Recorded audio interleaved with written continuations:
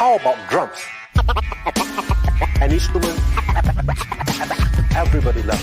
Let's get down, down, down. To the beat, to the beat.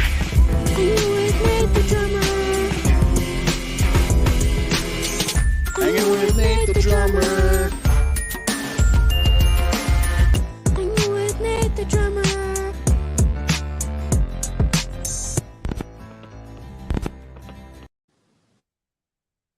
Hey everybody. Hello, welcome. Another episode. I'd like to introduce you to my buddy, Tanis Pellegrini. How are you doing, buddy? I'm excellent. How are you, Nate? Great. It's great to meet you, sort of, kind of officially. Yes. How have you been? I agree. I've been pretty good, you know. Busy. That's Busy, a good busy, thing as a busy. musician. Yes. No, absolutely. We have a bunch of really cool shows coming up. Working on our EP, which will be out this winter, and got a lot of cool stuff coming up. Very cool, man. So I want to just kind of go back, let people know who you guys are, what you do. So tell me, when did music become important to you? Oh, my whole life, man. I've always wanted to be involved in music. I think when I turned 10 years old, I was like, either I'm gonna be a musician or an actor.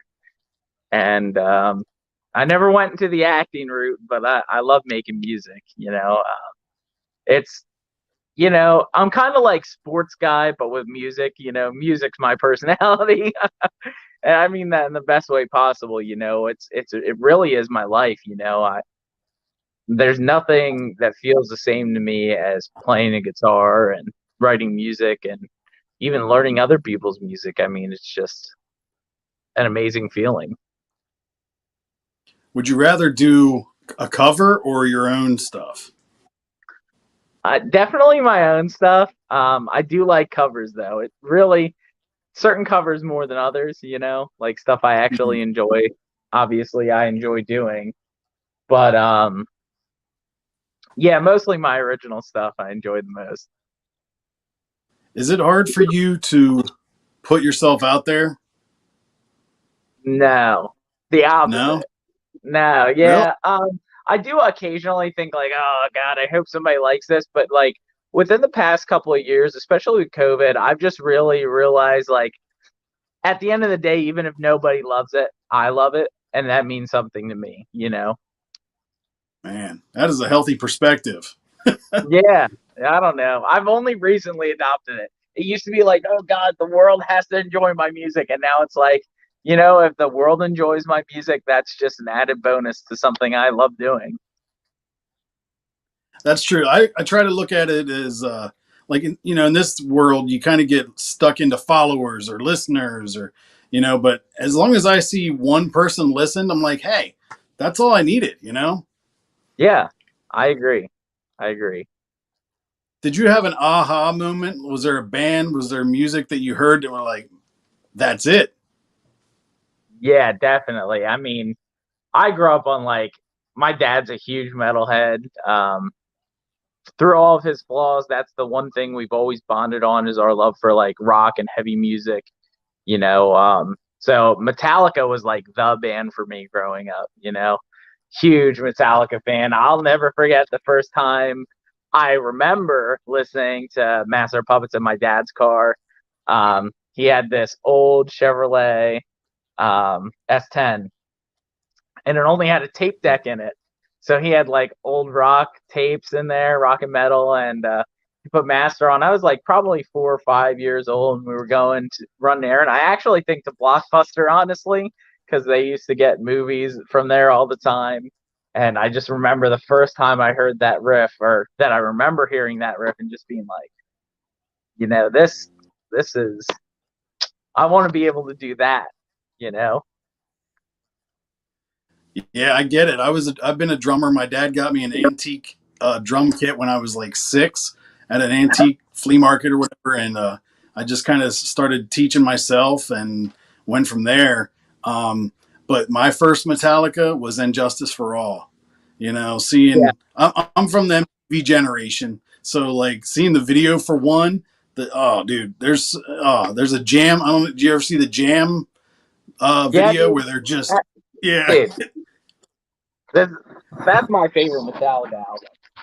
But I have Lady Justice on my arm. It's like the first tattoo I ever got. I mean, that's my favorite album, and it has like deep meaning to me because I feel like in the '80s there were some injustices, but even today, I think the fact of the matter is that justice is a scale that's heavily tipped in one direction. Yes, very much so. It's we somehow have just can't learn a lesson, you know. No, it's insane. I mean, literally, the definition of insanity is doing the same thing over and over, expecting different results. And Mhm. unfortunately, we keep doing the same thing and never get a different result.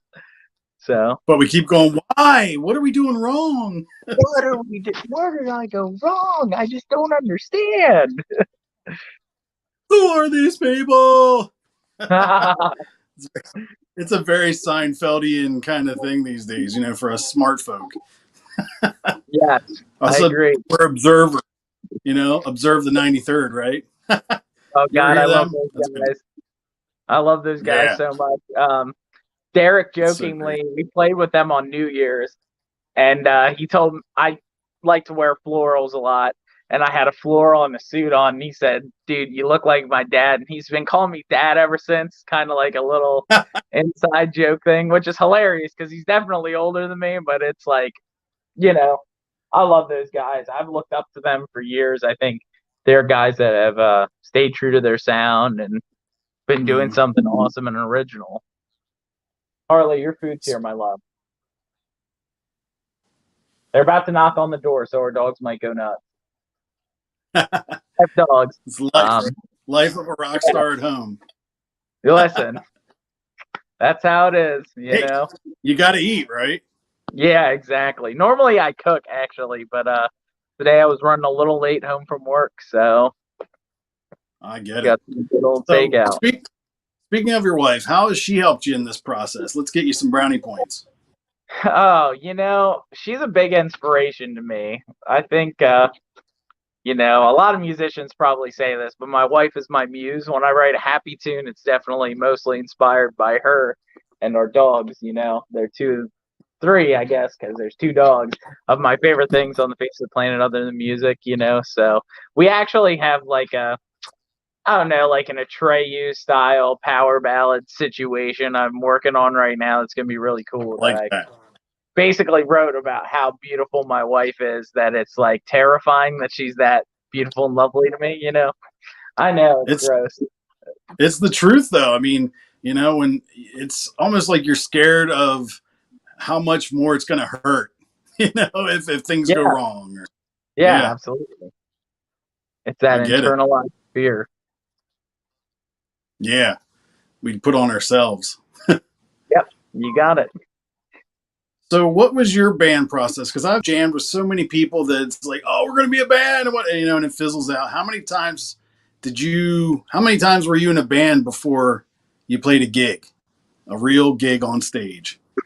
I'm actually super fortunate. So I had one band before I joined other local bands that never really, it was my garage band. It was called Everlasting Sickness. And we were like I don't know, like a alt rock punk thing. Um, which you can definitely hear those roots in Lives Lost.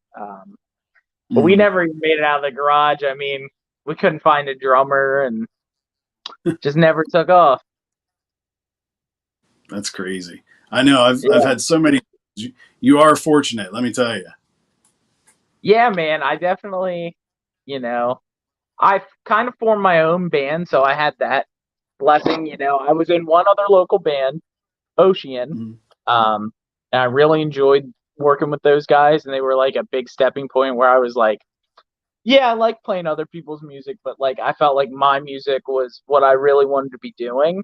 So I mm, handpicked this team of guys at the time that I really got along with.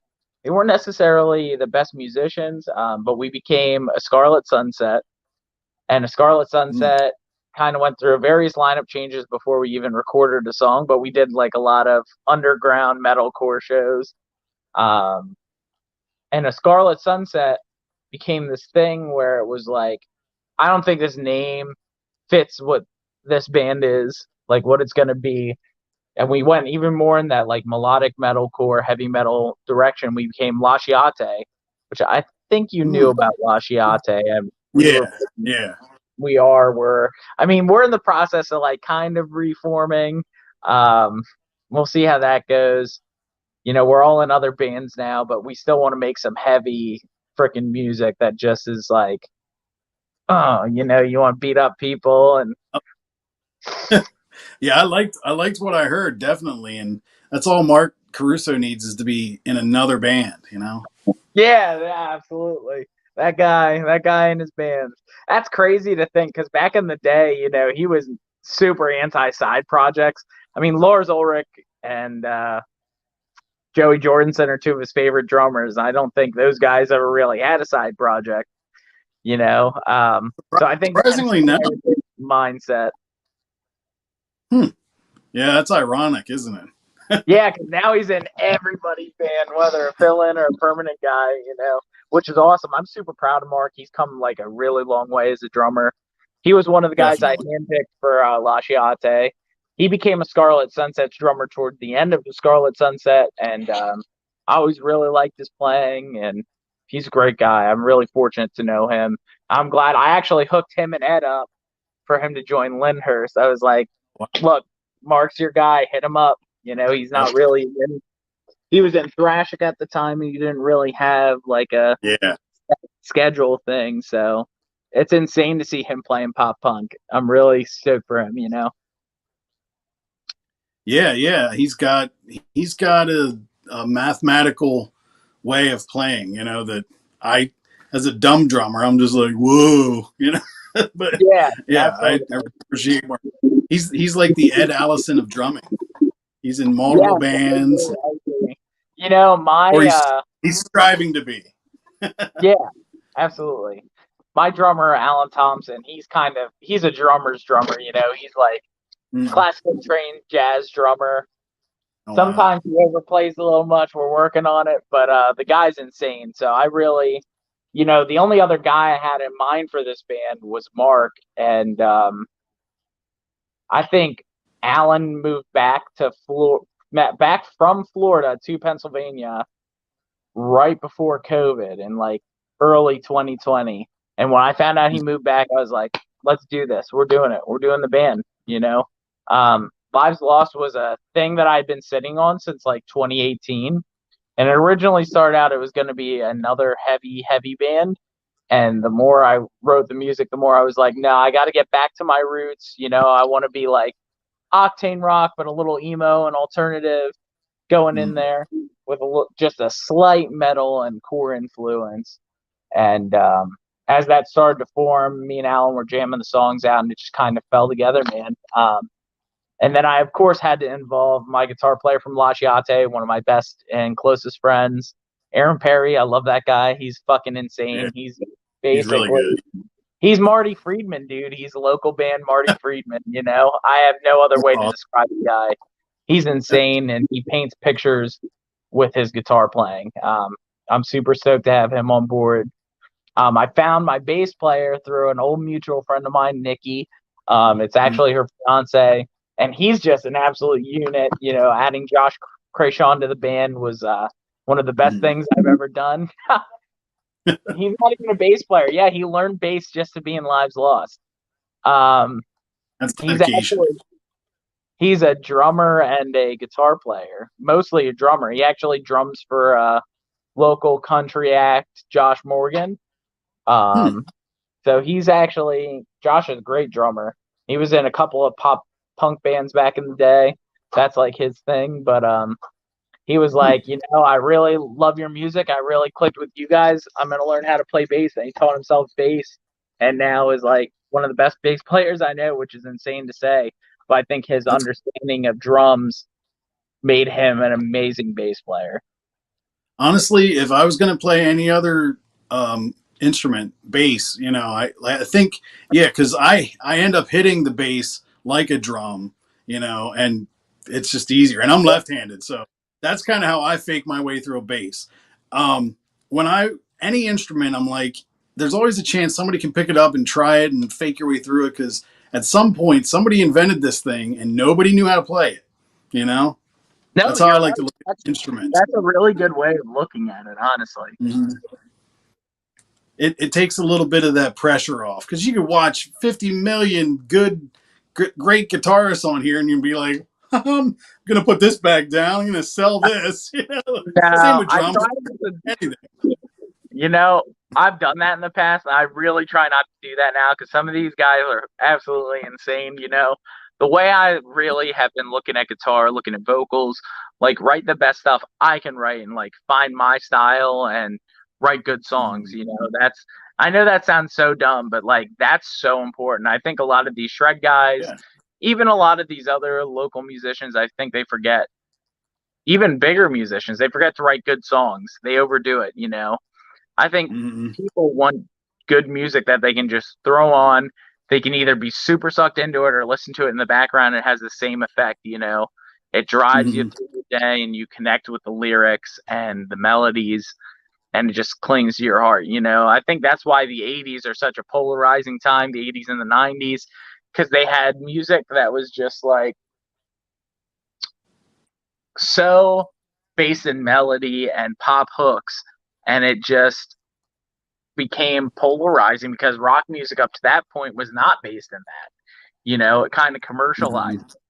But I do think at the root, like rock with that pop sensibility is super important for all generations. It's something we all can cling to, that anthemic Right. chorus, those four chords, but maybe you add some riffs to it. I think Mm-hmm. that's good music and just trying to hear more of that in my life and make more of that. Yeah. Do you ever listen to Seven Dust at all? I love Seven Dust. Love Dude, Seven. when you were talking about that, it sticks out to me. Their very first album is so it's not simple, but it's what you were saying. It's less is more. It's like in your face, but they're all in sync with each other. Like, you put it on, and it's just like a constant groove. You know what I mean? Yeah, absolutely. So, where did the name Lives Lost come from? So the original name for this band was Our Lives Lost, but I thought it sounded too much like Our Last Night, so we dropped the R and we just became Lives Lost. Mm-hmm. Um, to me, I feel like it has two meanings. You hear Lives Lost on the TV all the time, and it means like a great loss of life. You hear that Mm-hmm. in a shooting, in an airplane accident, in a bus crash, in a war scenario. You hear that word, that phrase, lives lost. You know, and Mm-hmm. then there's that other side of lives lost, which is people quite literally living their lives lost.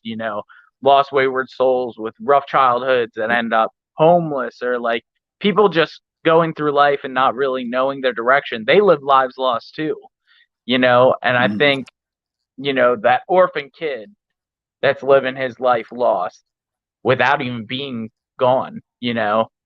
And we're looking to touch on that as much as we are like loss of life, because I think people without voices, it's important to give them voices.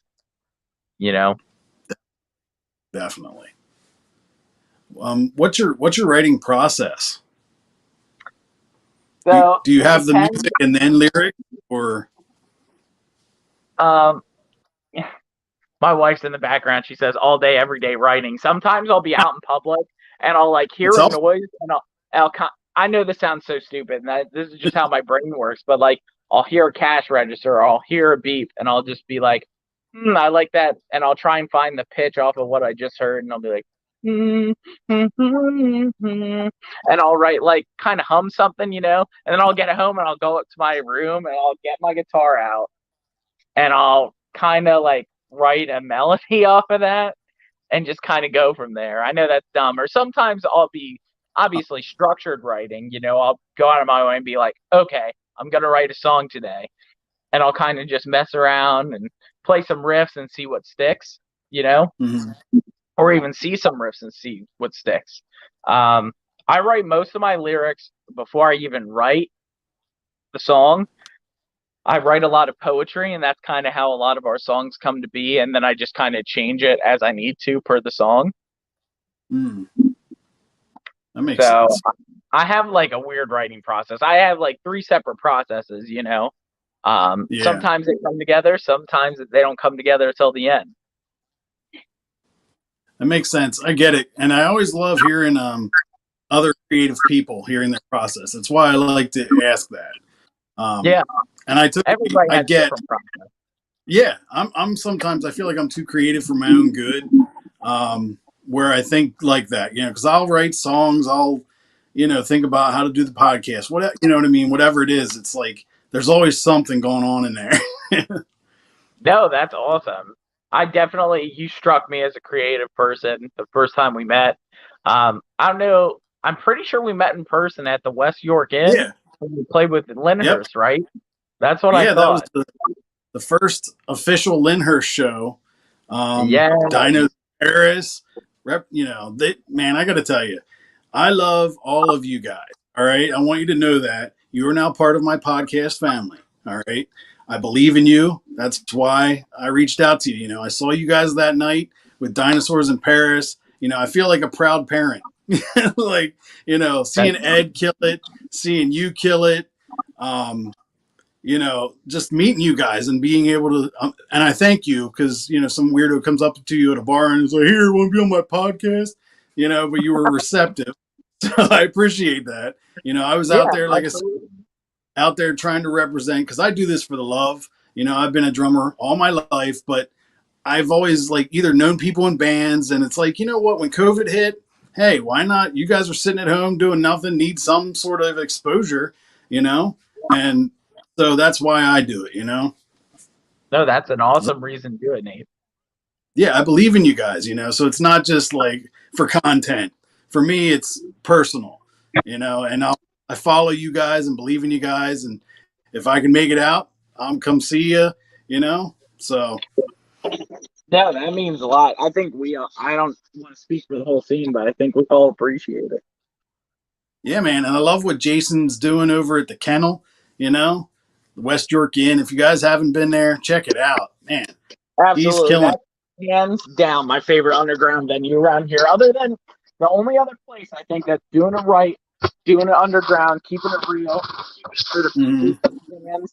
Scott Church is the church in Lebanon. That place is insane. If you haven't been there, go there. We have a show July 15th there with an underground metal band called Rent and another band called Renovair and another band called Stab Wounds. Renovair is amazing. Nikki has done a lot for the local music scene, and all of her bandmates are crazy talented guys. If you haven't heard of Renovair, check them out. They're amazing. What do you think about HMAC? I love the venue, but now I just heard that they signed with Live Nation. I saw Jason posted that, so how do you feel? I'm biased. We play there a lot. It's good, isn't it? I saw Seven Dust there for the first time, and it was like, this is a cool place. No, it is super cool. We're playing there with Alisana and Palisades and Vampires Everywhere, August 28th. So those are huge scene bands that we grew up enjoying. We're also playing there next Friday in the small room with Take the Name, Set for Tomorrow, Still Flow, and another band that just hopped on last minute. I like HMAC a lot. I think them signing with Live Nation, is it selling out? I don't know. I think at the end of the day, when you're a venue that big and you've got the capacity that they have in that upstairs room, you have to do what's right for the venue. If you're not having that consistent stream from your venue's promoter of continuous bands coming through there, especially big bands, you're losing money, Yeah. I think that's the big thing with that venue. Like, they're so big, they almost had to do something like that. Yeah, I think you're right. Yeah, I mean, that totally makes sense from a business standpoint. And I don't think people are going to hate it. Like I said, I just saw Seven Dust. I saw like 4 or 5 bands there that night and it was comfortable. It was in the bigger area. I didn't even know there was a smaller room. Like the place is Yeah, huge. small room downstairs. We're playing there next Friday. It's called the Stage Mhm. on Her. It's like if you go past the main bar on the main floor, it's that door in the Mhm. back. It kind of looks like it leads to an alleyway, but it leads to another little mini Huh. venue, which is awesome. Wow. Chris really does. Chris Warner, the guy that owns it now, he really does a lot Mhm. for local bands. He's a huge fan of Lyndhurst, Lives Lost, Eternal Frequency, Defiant, Dinosaurs, all those bands. Yeah. He comes and he checks us out and he hangs out. He's a super Well, awesome hey, guy. if you ever So talk to him, I emailed him about, because I loved the venue and I thought, man, if I could get sponsorship, help them out, do a commercial for them, I would love it. Help me, help them, help you. That's what I yeah, want to do. It's all yeah. Well, community. So if next time I I see him, emailed him, I heard nothing back, but okay. he's probably obviously. Yeah, I'll tag him in this podcast. Be like, yo, I All talked right. about HMAC. I represented you guys. Go talk to Nate the drummer. Yeah, man. I want to help everybody, but I want to come out and be able to see you guys, and I want to progress this and see where I can take it. Like I said, I'm so creative. Like I got to come up with all these different ideas, and trying to make it better. Yeah, And absolutely. get to that Joe Rogan status only for music. You know what I mean? Yeah, that'd be cool, man. Be You got it. nice. You got that it factor, I'm trying, man. I got to keep hustling. But like I said, there's so many bands out there that are great. I've hit up so many people and it's like, oh wait, you want to be on? Oh, okay, cool. I love It's that. always You're doing something um awesome, man. I appreciate you having me on here. Seriously, I'm gonna share it. I'm gonna reshare it yeah, as man, soon as this is done. I'm gonna make sure everybody shares it. I appreciate it. Yeah. And yeah, I got a little bit of a sponsorship with the Philly the stakeout restaurant. And Cool. so if you go to homeoftherealphilly.com and put in promo code N8 the drummer, you get something, I get something, you know what I mean? You help me out because I'm trying to make this something. So Oh, that's cool. Is that in York? yeah, it's the East York location. Okay. It's like on Mount Rose Avenue by Heritage Hills. It's great food. So Okay. Next time I'm out there, I'm gonna have to hit it. Use that Nate yeah, I the appreciate promo code. Yep, N8 the drummer, in person, online, whatever, I Um, like it. yeah, I'm all about cheesesteaks, man. My body's built on cheesesteaks. That's kind of I love a good that's all. cheesesteak too. So, what have you learned from your first band to now? Oh God, so much. I know, right? Where do you begin? Man, it's crazy. I think, and this is an important thing. I think the more that you view music as fun as well as a business, the more successful you become. Like at the end of the day, if I could tell 19-year-old Tanis something, I'd be like, man, simmer down. Like, yes, take it seriously. It is serious, but like, dude, stop being so hard on yourself and your bandmates. I'm a very like, I'm a passionate person. I'm Italian, man. I grew up in a passionate household. All we do is like yell and tell each other how much we love them and how much we hate each other and throw our hands around. That's Yeah. what we do. That's just how it is growing up in an Italian American household. And the other side of the family is Pennsylvania Dutch, also loud people, that's just Yeah. loud. I think I bring a lot to the table as a musician, but I can be a little intense. I mean, if you talk to anybody that's working with me, I'm a go-getter, like I want this music done. I want this video done. Like I want this, and this, and sometimes it's hard to scale back all my wants because I have a $1 billion budget with $5 in my pocket, Oh, I know. Yeah, Yeah. I went to school for making music videos. And I remember one time I had a music video project and I used a Prodigy song called Their Law. I don't know if you know Prodigy. Really cool song, but the song's like 6 minutes long and I only had so much footage. So like towards the end, I ran out of footage. I started using the same stuff, but adding filters and, just, the things you got to do. Oh, yeah. Had my mom drive around while I was holding a video camera and then I sped it love up that. like a police chase. You know, it's I like love you got that. to do what you got to do. You know, Yeah, um, absolutely. yeah. So speak on that. By the way, you guys do a lot of music videos. You got some really cool videos. Yeah. How's that? So I know Lasciate had like three, four videos, I think, and only like 9 or 10 songs out. So that's like a music video for like every other song almost, you know. And Lives Lost, we've dialed it back a little bit. We have a music video for Brighter Days. And we have another music. Well, we do have that music video for Forward Yesterday, but that was like made by my buddy with just like stock footage, which I thought was really Uh, cool at the time. So it's like a bunch of edits of stock footage set to our music. It ended up mhm. being super creative and awesome. Skylar Giordano, he's amazing. I don't know if he's doing anything like that anymore. I know he just got hired at Sweetwater. So if you're looking Oh for a new wow. Sweetwater rep, he's your guy. Um, we have that, and we do have a new music video coming out. Should be out, hopefully, as long as everything goes according to plan next week.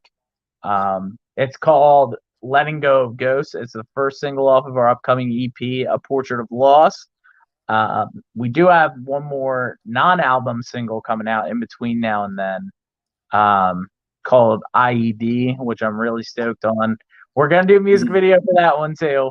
Um, but none of the other songs on the EP should really have a music video, I don't think. I love shooting music videos, but they're very costly. Uh, Mhm. but I think it's a good part of the image. I think there's a lot of local bands that do themselves a disservice by not having a pro shot music video or not having a music video at all. You know, something's better than nothing, honestly. Yeah, I think people still Right. really enjoy music videos. You know, I know on my lunch break at work, I go and watch music videos. You know, Oh yeah. like yeah, crush some music videos on my lunch break. You know, Yeah. Even if it's a live, a live version yeah, or absolutely. Just any. more content. You know, people want content. They want something they can physically touch or watch or feel. You know. Mhm. Well, honestly, that's what like I started the podcast on Anchor and just doing audio, and I was like, man, I'm missing out. So that's why I started doing these, and then taking the audio from this, and so I get it. Yeah. Do you have a favorite guitar brand? Is there a guitar you deserve? That's a loaded question. I do. I know I set it up. I do, but I don't. I really, really, really, really, really, really love Fenders and Charvels. I do have Fender Jazzmaster as well as a Charvel Skatecaster. I love the offset body look. I will also say with that though, I have this other smaller brand that I'm absolutely in love with right now. I haven't tried their offset yet, so I can't commit to saying they're my favorite brand yet. But I have a Telecaster from this awesome local brand called Jericho. It's an Evertune Mhm. bridge. It plays amazing. It's a huge hunk of walnut. Beautiful guitar. Probably the best guitar I've ever owned. And I've owned a lot of guitars. Wow. So I'm gonna be ordering their offset here soon. I'll let you know. I'll get back to you, see if they usurp the throne from Charvel and Fender. So what's the difference?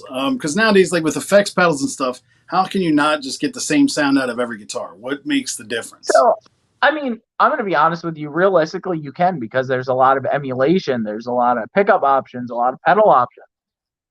But what all of these different guitars have is feel. So it's really based off of like what you prefer as a player, honestly. Right. Like I Mhm. like a nice medium thin neck with medium jumbo frets, and I like 22 frets versus 24 frets, although occasionally I do use 24 frets in the studio. But it's really all off of preference and what you enjoy playing, you know? Because different woods Mhm. have different feels, different weights to them. Some guys like a light guitar. I like a heavy guitar because I like to feel like I held a guitar for an hour and a half for whatever reason. Um, but yeah, it's all based on personal preference, I think. I don't think people like to say one sounds better than the other, Right. but I think with where technology is right now in music, you can get the same sound out of a $200 guitar they can a $1,200 guitar with just a Yeah. little modification. That's true. Well, okay. So what's the difference playing with a guitar and singing, or versus just singing? Which one do you like Oh, better? man. So I like them both for different reasons. I think singing without a guitar, you're able to kind of control your range more, do more on stage, you know. Um, I think that's more interactive for the crowd versus like seeing four dudes standing up on stage with their instruments, you know. Which Work for I the also Beatles. personally enjoy. Yeah, exactly. You know, it's a big change in energy. And I do bring a lot of energy while I'm playing guitar. So does Ed Allison. He's another great Yeah. example of a guy that like brings energy while playing guitar. But at the end of the day, me personally, I enjoy being off of a guitar and Yeah. fronting the band. I really like that energy, running around stage and like crowd interacting and just like throwing my heart and soul into the performance. You know, Mhm. I also love doing that on guitar. When I was in Ocean, I played bass guitar. I really love bringing stage presence and not really worrying about singing, you know. So for me Right. personally, I like one or the other more. You know, like I love Mhm. playing just guitar and being a part of the stage and doing some backing vocals, or I love doing just vocals. Personally, that's me. I can do both, but I enjoy one or the other more, you know. Mhm. Yeah, I always that was one thing honestly when I saw you guys, that was one thing that stuck out with me is you doing that. Um Yeah, and do you put the guitar behind your back sometimes? Is yeah, that dude. not play, Absolutely. you know what I mean, swing it back and then be able to sing, you know, or go down Yeah. on the crowd, you know what I mean, and be with Yeah, the so crowd. a And that, couple of the I songs appreciate that. now. Oh, sorry, you broke up. I just said I appreciated your stage presence. Uh-oh. Oh, thank you. Yeah, so I think on a couple of the newer songs, firstly, we did get a new band member. His name is Dylan Kaprizek. Kaprizek. I'm not sure I'm saying his last name right yet. I'm not there But yet. close. He's in Sounds another like local band called Candlelit Vigil. It's his like studio project. I met him because I had a post and he was tagged in the post. He's a really awesome guy. He's doing co-lead vocals too. He is also a oh, cool. vocalist, so he's doing like we got some Lane Staley stuff going on, and you know, I think I'm really looking forward to that dynamic. That'll be cool. Yeah, absolutely. How do you guys work all together? Is everybody able to compromise? And you know, the more Oh people, yeah, the more yeah. So like chefs in the kitchen. right now, I write most of the songs, but now that Dylan's in the band, Dylan's writing a decent amount of songs. Josh writes lyrics and some of the songs. Aaron writes songs. We all write songs, and we kind of like all work together to get our songs to the same end goal, make our lives Mhm. lost sound. You know, which to this point has been mostly me, but is now becoming everybody. You know, I'd say like our definitive sound kind of happened once everybody else joined the band too. I mean, Alan and I were creating the backbone with his eclectic drumming and like intense fills and my soaring vocals and like technical riffs. And now everybody's like adding their own thing into it. And you're okay with that? Yeah, actually, I like that. You know, I like not being the only person doing everything. You know, I feel like that's something that has also burned me out in other bands. You know, I kind of end up taking the reins a lot and not giving everybody the chance to contribute because I'm very much like I need it to all sound a certain way in my big dumb brain, you know? Um, but I've gotten really good about handing the reins over to my bandmates and just creating the best songs we can with teamwork.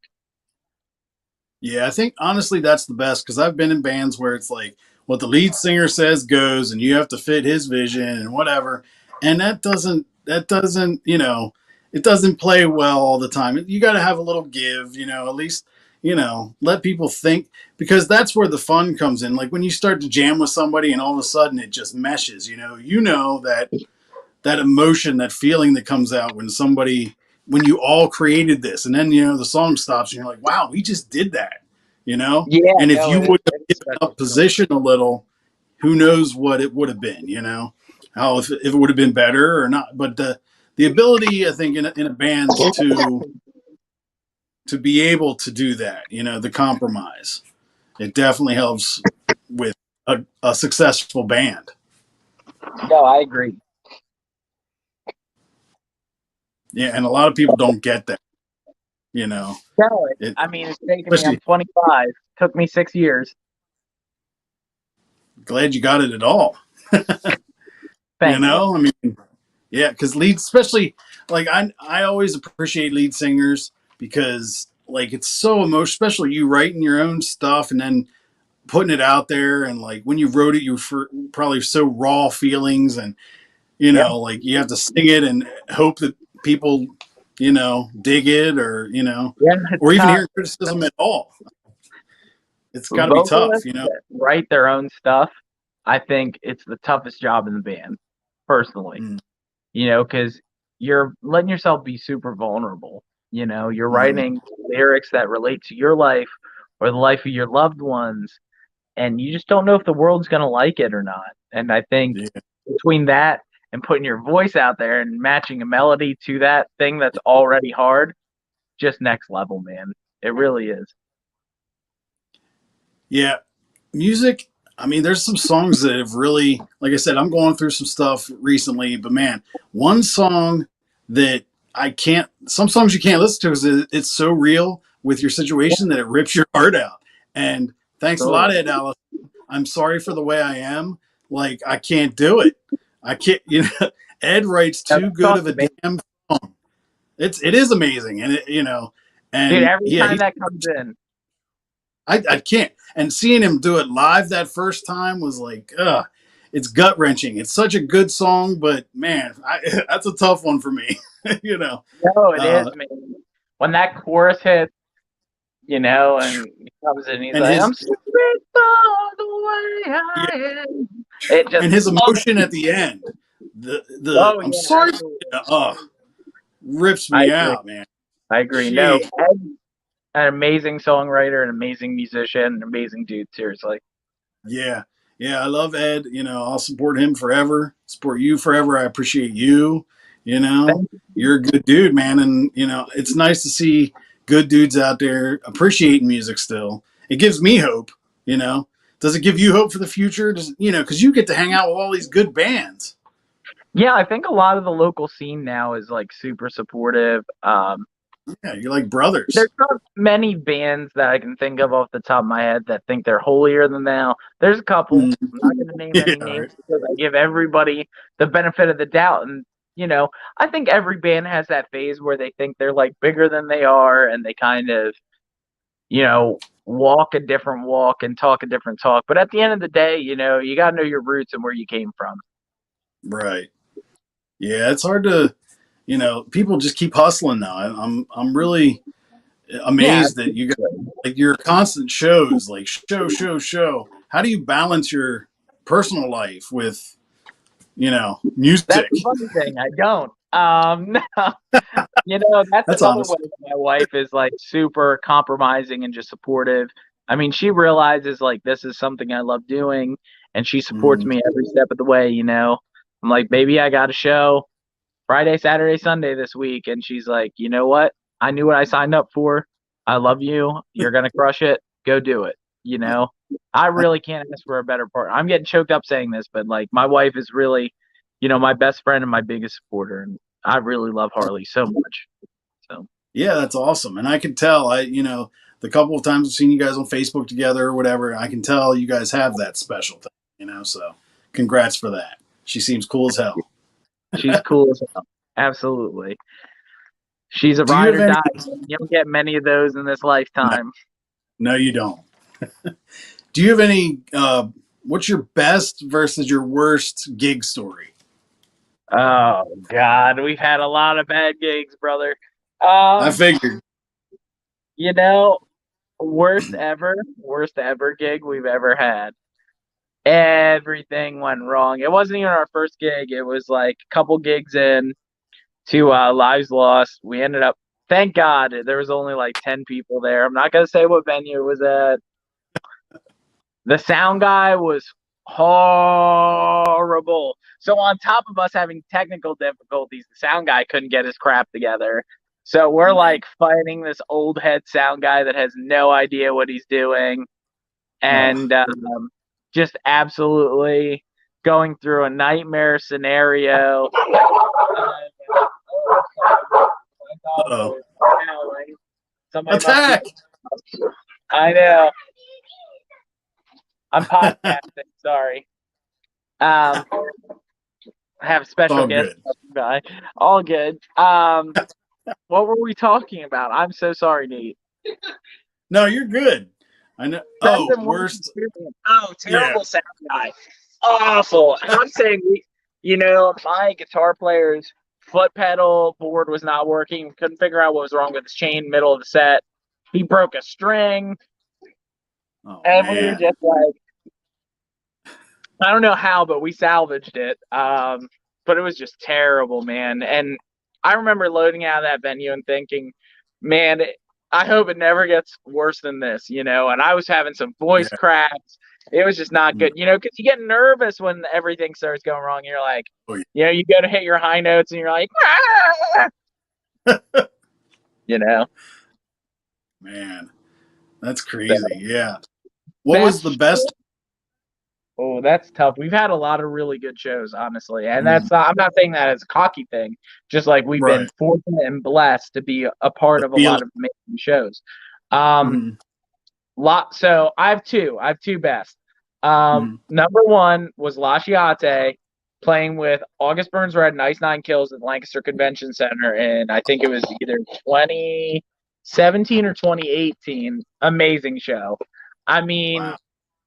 it was just, there were so many people there, and just playing with some of our idols growing up. It was just an amazing experience. It was humbling and just amazing. We had so many people come up to us after the set saying they just loved our sound and Wow. just hanging out with us. It was really cool. My other really great show experience, that's tough because, like I said, I've had a lot of really great experiences. I've been fortunate to play with great bands. But I'm gonna say the first time that Lives Lost ever played a show as a full band was with Small Town Titans and Hinder at HMAC last summer.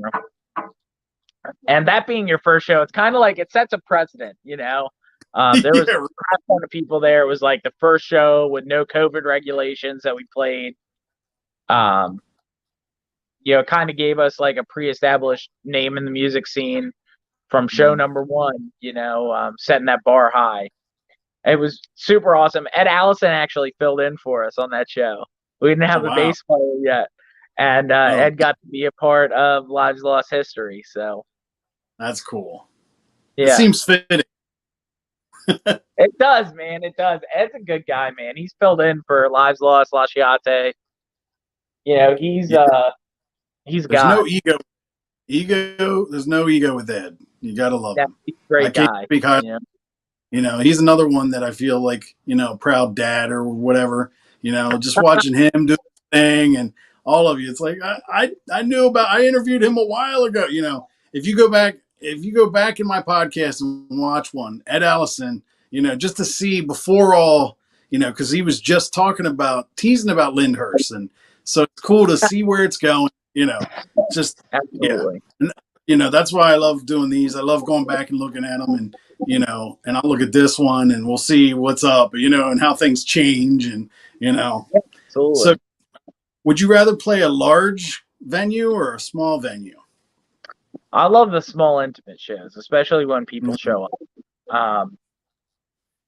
I think there's something special about like playing in a space where you're kind of all on top of each other and there's no escaping from people. Sometimes at big venue they have like a backstage area for bands, but when you're Mhm. playing the small venues, you don't have a backstage area. West York Inn's a good example. You Yeah, I get loved that. That was nice. almost forced into meeting people, which is amazing. I think Yeah. more places should force bands, go out there, go talk to people. Why are you sitting back here?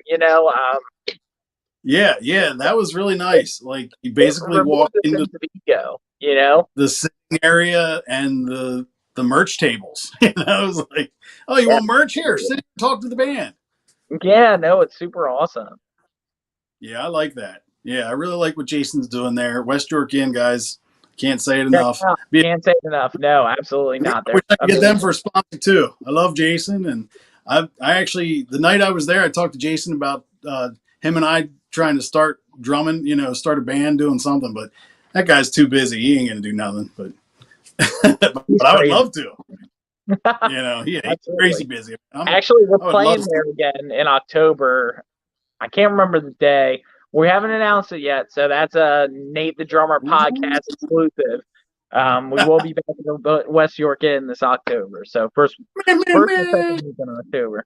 Pow, pow, pow, World Star, right? No, seriously. We have that new single coming out next week too. New single and a show on the same night, Friday night, July 8th. So stay tuned for that. Nice. Letting Go of Ghosts.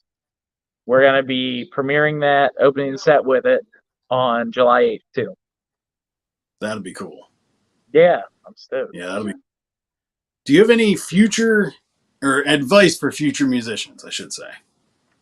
Yes, practice, practice, practice. Practice makes not perfect, but persistent. I don't think there's any such thing as a perfect musician. Yeah. Even the most perfect musicians, they mess up. That's just part of being a musician. But if you practice, you put your all into it, you dump your heart and your soul into your music, you will have some type of reward. Whether that is people loving it or you feeling fulfilled, that means a lot. Mm-hmm. That makes sense. It's good advice. A lot of people, nowadays I don't know. There is still good work ethic, I think, when it comes to musicians. It seems like people are hustling.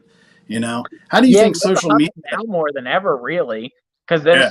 there's so much overnight success now. So you have to compete not only with bands that are actually day to day hustling, but these TikTok groups that pop up and they're like getting famous overnight off of one single, one cover.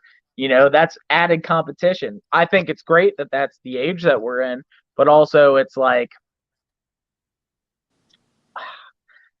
it's a weird divide, because there's bands out Yeah. there doing it, living it every day, and there's bands that are just like creating content. Yeah. There's bands that find the middle ground, but like I said, it's kind of creating like a divide a little bit between the Mm-hmm. working man's band and the TikTok band. That's what I'm seeing anyway. And maybe there is bands out there proving me wrong. There's this band that's kind of transitioning from regional to national success. That's their name's Rivals. They're an amazing band.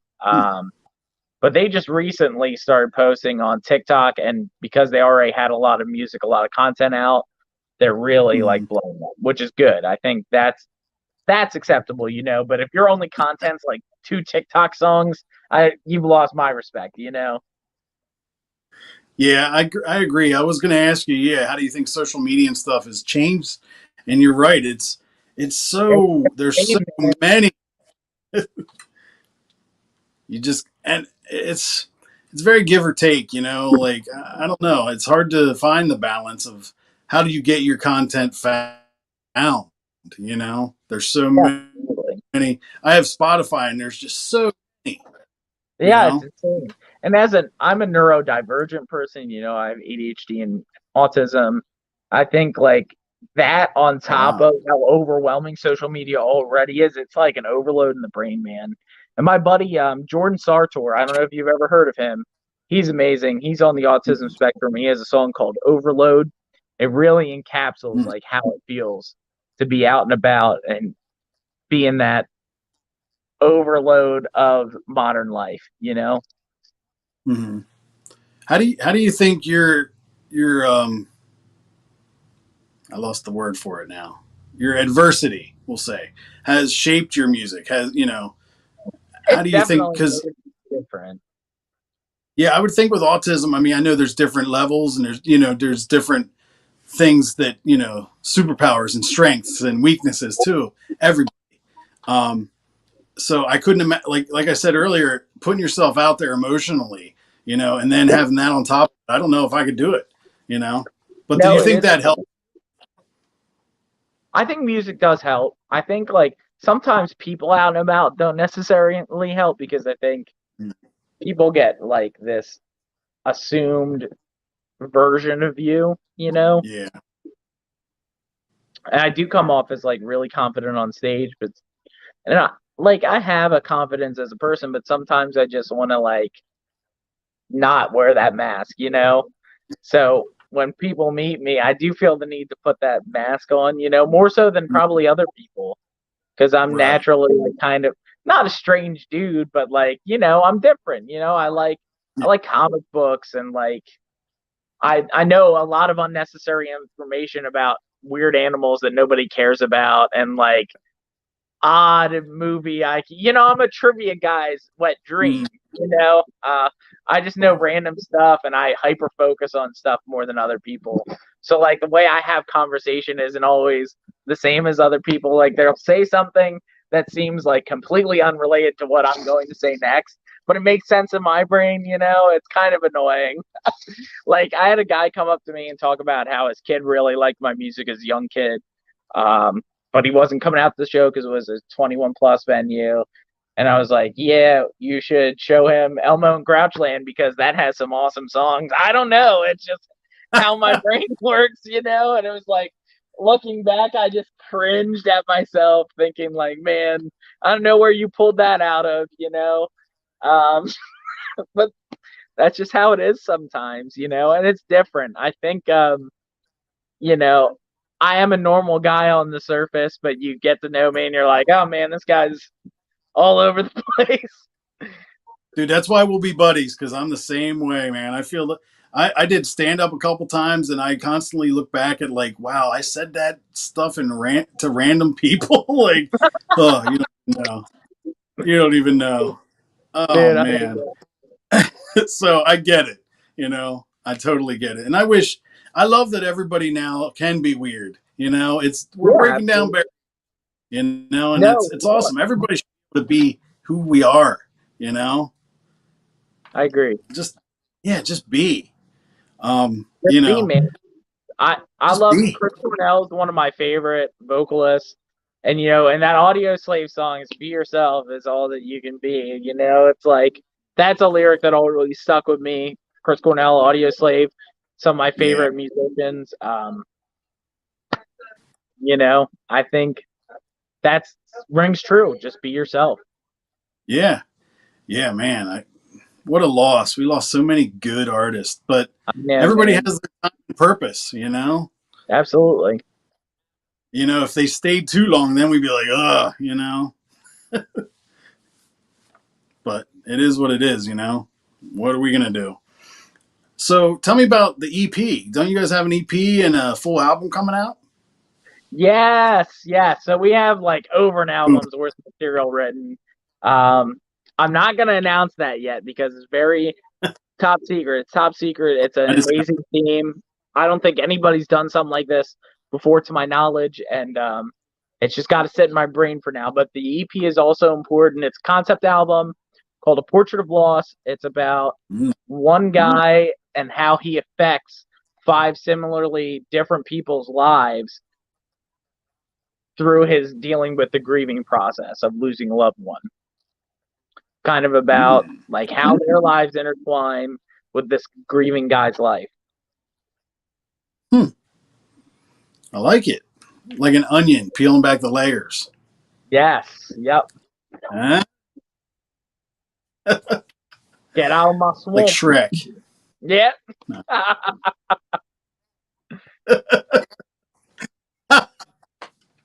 Yep. It's funny. You said Cash Register earlier, and I thought of Money by Pink Floyd. So, yeah, Yes. that goes Yes. along with those random I don't know if I'll thoughts, you ever know. write anything that cool, but like Brainstorming. those lines. I see a fluffy tail in the background, Otis. My dogs are like photobombing me. It happens. I think Dave Gates, when I talked to him, his cat got away, so it's all good. This is my little pitty. Opie, what are you doing? Oh, She's so I love pit bulls. she's cute. I think I That's love my dogs better than people. Yeah, I love dogs over. Uh-oh. Where'd you go? I lost him. All right, guys. I lost Tanis. Oh, and he's back. Sorry about that. There he is. Hold on. There you My dog are. licked the No, button. Those dogs. He's got Blame it on the skills, dog. man. He literally licked the button and He exited was like, before nope, I'm ground. done. Next level. He was Otis. like, I need food. You're done. That Sorry, Otis. We're almost done, Otis. I swear. Well, hey, buddy, I appreciate you, man. Tell you what, why don't you tell people where they can find you, okay. and we'll go from there.